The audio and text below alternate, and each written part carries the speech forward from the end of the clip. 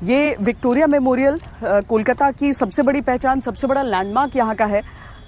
ये 1901 में जब क्वीन विक्टोरिया की मृत्यु हुई थी, तब लॉर्ड कर्जन ने उनके सम्मान में एक मेमोरियल बनाने का फैसला किया था। उसके बाद ही इस मेमोरियल के बनने की शुरुआत हुई। लॉर्ड कर्जन चाहते थे कि एक ताजमहल सरीखा मेमोरियल उनके लिए तैयार किया जाए। मकराना मार्बल्स का इस्तेमाल इसीलिए यहाँ पर किया गया है, वही मकराना मार्बल्स जिसका इस्तेमाल ताजमहल के लिए भी किया गया। हालांकि इसका आर्किटेक्चर जो है उसमें आपको मुगल छवि भी दिखेगी और उसके साथ ही पश्चिमी आर्किटेक्चर का भी एक अंश इसमें नजर आएगा।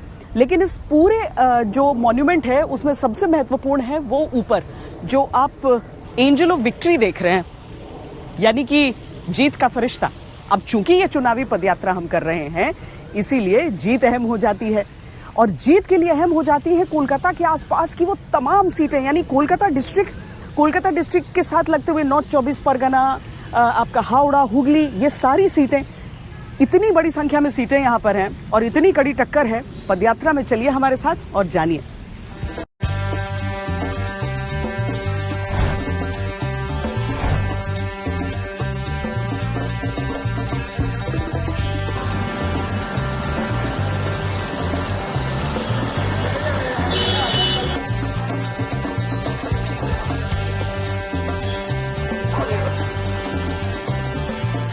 यहाँ पर हम जोरासांको विधानसभा सीट पर इस समय मौजूद हैं।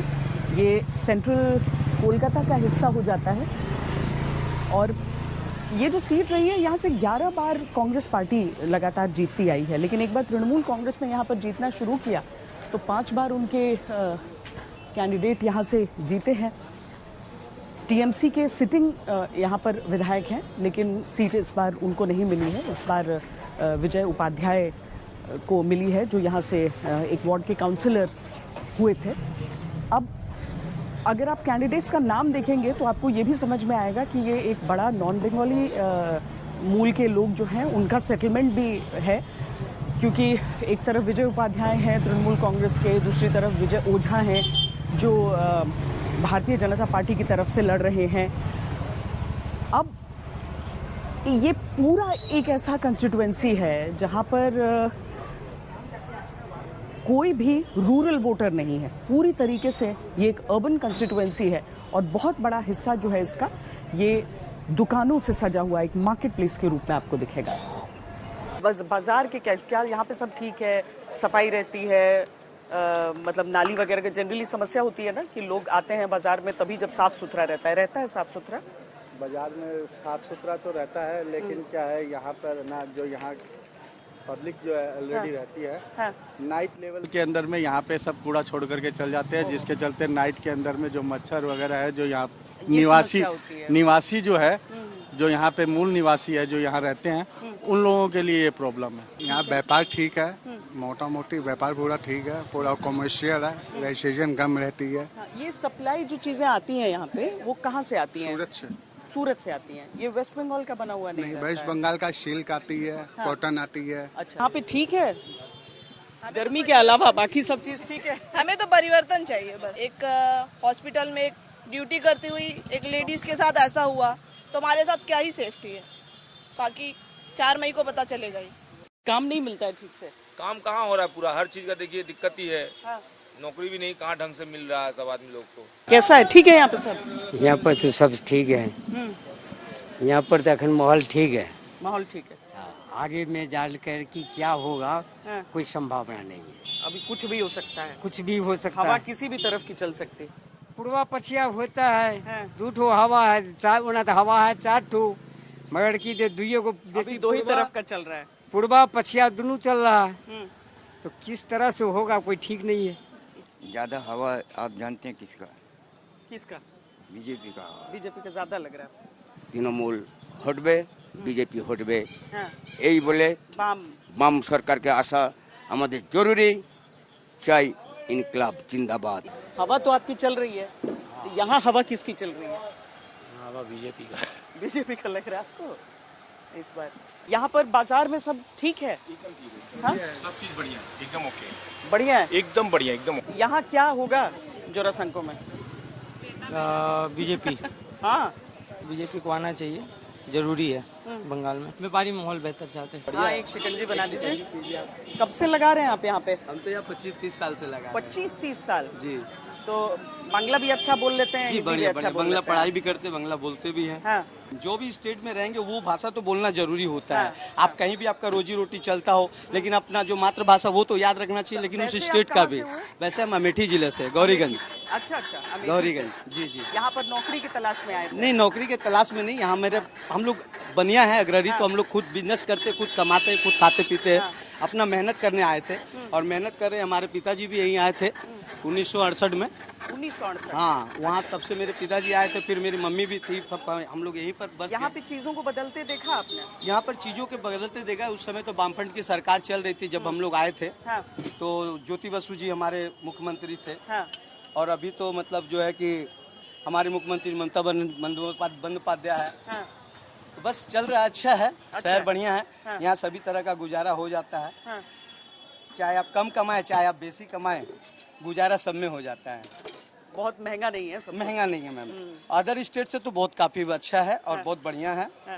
और दूसरी बात है कि यहाँ पर सभी मतलब आप अगर 100 रुपया भी कमाते तो भी गुजारा हो जाएगा, 1000 कमाते तो भी गुजारा हो जाएगा। जैसे ये कितने का गिलास है? जैसे ये मैं बेचता हूँ आपका 30 रुपए गिलास नींबू शिकंजी। हाँ। क्योंकि अभी नींबू महंगा हुआ, इस कारण से अभी 30 रुपए की, अगले साल पर 20 फिर भी रुपए बाकी एरिया के कंपैरिजन में कम है ये? कमी है। हाँ, जो भी हिसाब से। लोकतंत्र त्योहार है, वोट देंगे। सुबह सुबह उठेंगे, जाएंगे 29 तारीख को वोट देने के लिए। सभी फैमिली बच्चा को लेके जाएंगे, वोट देंगे। और हम लोग जिसकी सरकार चाहते हैं वो सरकार बनेगी। अपना सब जो भी है। यहाँ पर ठीक है आपके हिसाब से? एक आपको पिलाए सर मोजिटो शिकंजी, जिससे वो बोल रहे हैं ममता बनर्जी का अच्छा लगता है? बहुत अच्छा, बहुत बढ़िया है उनका काम। और इस बार हवा किस तरफ की है? देखा नहीं जा सकता है कि किस तरफ से होगा। है नहीं। फाइट है? पूरा फाइट चल रहा है। 294 कुल सीटें पश्चिम बंगाल विधानसभा में। 152 पर चुनाव हो गया पहले चरण में, 142 सीटें बची दूसरे चरण के लिए।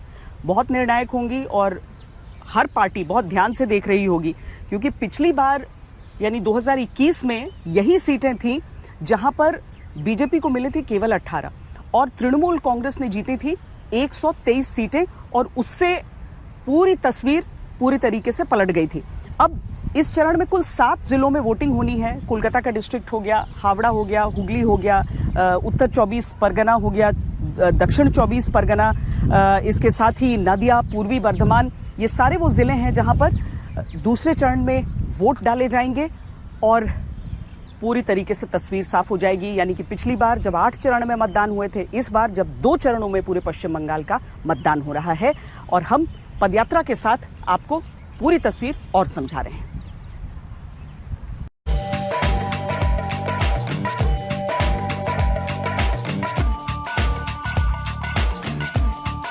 इधर तो सब जगह फुचका ही कहता है ना, पर यहाँ वाला ज्यादा चटपटा होता है ना बाकी जगह से। चौरंगी, बहुत सारी फिल्मों के नाम इस पर रखे गए, बहुत सारे फिल्मों का ये लोकेशन बना और बहुत सारे सुपरहिट पॉलिटिशियंस यहाँ से निकले। 2 एक्स सीएम्स यहाँ से हैं, 2 पूर्व मुख्यमंत्री सिद्धार्थ शंकर रे रहे हैं, बिधान चंद्र रॉय, ये 2 नाम जिनकी पहचान इस पूरे इलाके से जुड़ी रही। 10 बार तो कांग्रेस पार्टी ये सीट जीती, उसके बाद तृणमूल कांग्रेस लगातार ये सीट जीत रही है। एक अर्बन सीट है, ये भी कोलकाता के बीचों बीच, जहां पर बाजार भी हैं, सरकारी ऑफिसेज भी हैं, मैदान का इलाका भी है। खासकर जो अंग्रेजों के समय बने हुए इमारतें हैं उनकी बड़ी संख्या यहाँ पर मौजूद है।